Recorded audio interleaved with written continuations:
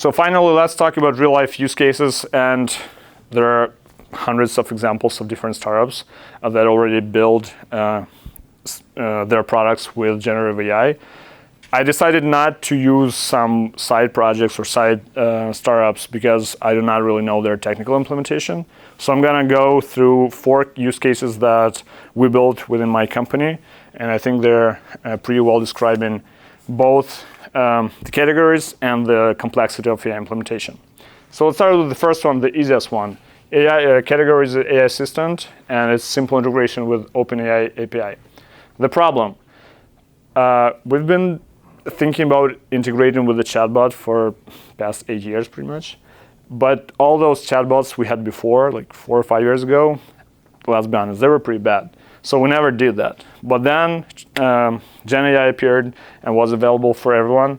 And it took me literally 2.5 hours to connect API of OpenAI LLM. And now we have a chatbot that is doing pretty good, actually.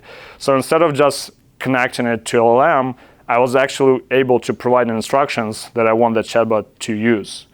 So I came up with a one-page document saying that, hey, imagine that you are a support manager or marketing manager of company BeKey, and please, in a friendly manner, answer the questions of potential users that come to my website and have some questions. And also I provided a list of links, like for example, if you want to build a telehealth solution, forward this user to this link where we describe a success story of building a telehealth solution and things like that. So that's a very easy way how you can implement AI.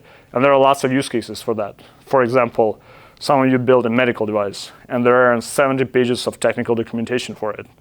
And you don't want to answer a phone call of your users every time they face a problem and they need troubleshooted real time. You provide that technical documentation to LLM. It's available, so it's not, you don't need to worry about the security of that document. And it's gonna answer most of the questions for your users instead of you. The next one, the category is education, and the technical implementation is RAG. So the problem, in India, there are still millions of people without proper access to healthcare in rural areas. And luckily, Indian government recognizes the problem and trying to address it. So right now, the plan is to educate 1.5 million non-medical nurses. They're gonna go to rural areas and perform some basic things like collecting vitals, do some caregiving services to those patients. And if there's a necessity to talk to a doctor, they're gonna help organize a telehealth visit, or if it's critical, find a way how to bring that patient to a hospital. So our Indian counterpart provided us a huge database with basically thousands of different documents with reliable and accurate but unstructured data. Our first step was to build a vector database and indexing all the data. And then the next step, with the help of AI, we're building educational courses for a specific topic. Like for example, how to collect vitals, how to measure temperature, blood pressure, saturation, and other things. And at the end of the course, AI, again, will create an exam or test that this person needs to pass in order to get certification and start actually working. And moreover, if for some reason a non-medical nurse still does not know an answer to some problem, for example, again, example for medical devices, a patient might have a medical device, this non-medical nurse never seen this device ever in her life. So she can take a picture, he or he can take a picture of the device, send it to the system, and get the detailed explanation, what this device do, how to use it, and answer any questions the nurse or the patient might have. The next case from the category research and the technical implementation is the AI tool orchestration. So let's start with the problem. And people who work with pharma or for pharma companies, you can correct me if I'm wrong. But if I understand correctly how the process works right now, a new clinical trial is scheduled, and a manager of the trial goes to internal data analytics team inside of CRO or pharma company and asks to provide all the needed information to make the trial happen. And data analytics team takes sometimes days, weeks, sometimes months, depending on the size of the clinical trial, and does the research and comes out with a blueprint, which is basically a static PDF document with all the information needed for the trial. And this manager has to go through that PDF document to find the answers he or she is looking for. And if for some reason the information isn't there, he goes back to data analytics teams and the whole process repeats itself. So the solution we built is basically our client has a large database of medical records all over the country. We provide the clinical protocol of the trial to our AI. It real time finds the answers to any question the manager might have. For example, what are the top clinical sites that work perfectly for the requirements of my clinical trial in the US? It receives the top states that work best to organize this trial in. Or what are the age groups have the smallest gap between potential and general patients? And it provides you a detailed answer with the graph. Or here are the top 25 medications for conforming patients to the study. Or another example, how many patients under age 45.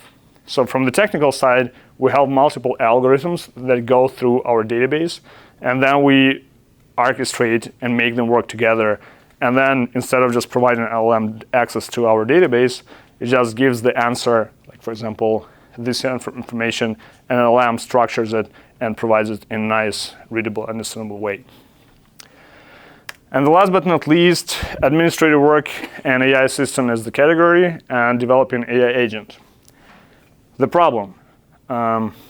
One of the very large Israeli hospitals reached out to us, and I believe they have 12 ORs, operational rooms in the hospital, and 50 plus surgeries a day. And there is one person, let's call him or her administrator, who needs to prepare OR for each surgery every day. And that means to reach out to every responsible person. Somebody has to bring the equipment needed for a surgery. Somebody needs to bring medications. Somebody needs to bring tools for a surgeon. And the person actually, can you imagine, in 2024, uses the phone and starts calling to everyone who is responsible to do that and make sure that OR is ready for a surgery. And when there's like 1 or 2 ORs in a hospital, I think it's pretty doable. But when there are 12 and more, and as you probably know, they don't go according to schedule often. There are like some surgeries can be canceled. Some might take more time than it was planned about, and you need to coordinate that real time. So what we built is our tool has access to the schedule of all surgeries in that hospital. We provide a surgical protocol, so basically what it needs to be done to prepare that room. And we also have historical data of similar surgeries from that hospital. AI summarizes and comes up with a document that says what needs to be implemented. An important thing, administrator has to carefully go through the whole document and make sure there is nothing extra or nothing is missing and approves it. Once the administrator approves it, our AI agent creates, let's call it to-do lists for each responsible person, and they receive it as a notification that they have some work to do. And then every time they bring like specific equipment, like ultrasound, they do a check mark, and once all the check marks are there, an administrator receives a notification that everything is done and ready. And or the opposite, if something is not ready, but it should be, gets an alert that something is not going according to the plan, and he needs to escalate and find out what's happening.